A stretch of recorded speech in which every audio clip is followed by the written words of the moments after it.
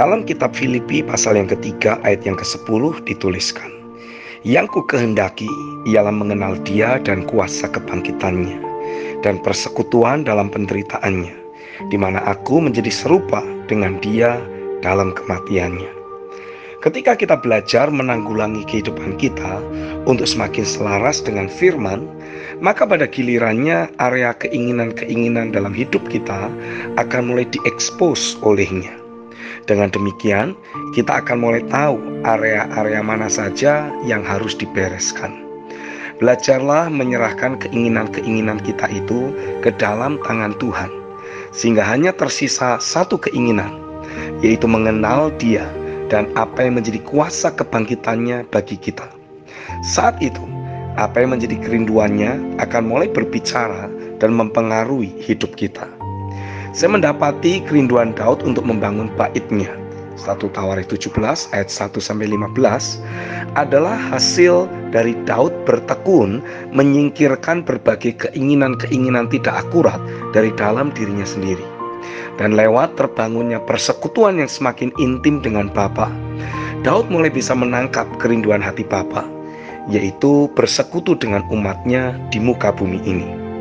Yang pertama, semakin kita memiliki niat untuk menyingkirkan keinginan-keinginan dari pikiran dan hati kita, yaitu keinginan-keinginan yang tadinya berbicara dengan kuat dalam batin kita, seperti keinginan daging, yaitu dosa moralitas, pertengkaran, perpecahan, pesta pora, dan sebagainya. Galatia 5 ayat 16-21.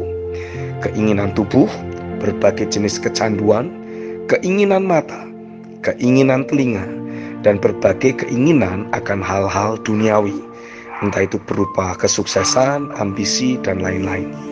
Maka perlahan tapi pasti, keinginan-keinginan itu akan mulai memudar dari pikiran kita. Keinginan-keinginan itu bermanifestasi dalam diri kita berupa suara, pemikiran-pemikiran dan imajinasi seperti suara sumbang dan bising atau noise, dan memiliki kuasa untuk mempengaruhi kita. Kalau kita mengizinkan rupa-rupa keinginan tersebut bekerja dalam diri kita, maka keinginan itu akan mulai berkuasa atau memegang kendali atas hidup kita.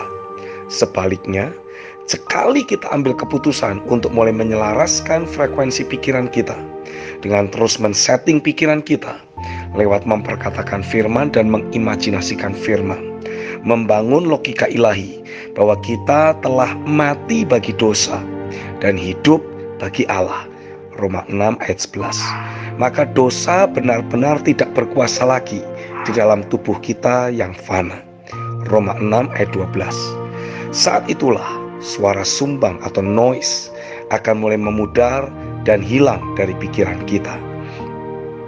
Yang kedua, ketika berbagai suara sumbang itu semakin pudar dan mulai ada keheningan, maka di dalam keheningan ruang tahta ada clarity, ada kejernihan.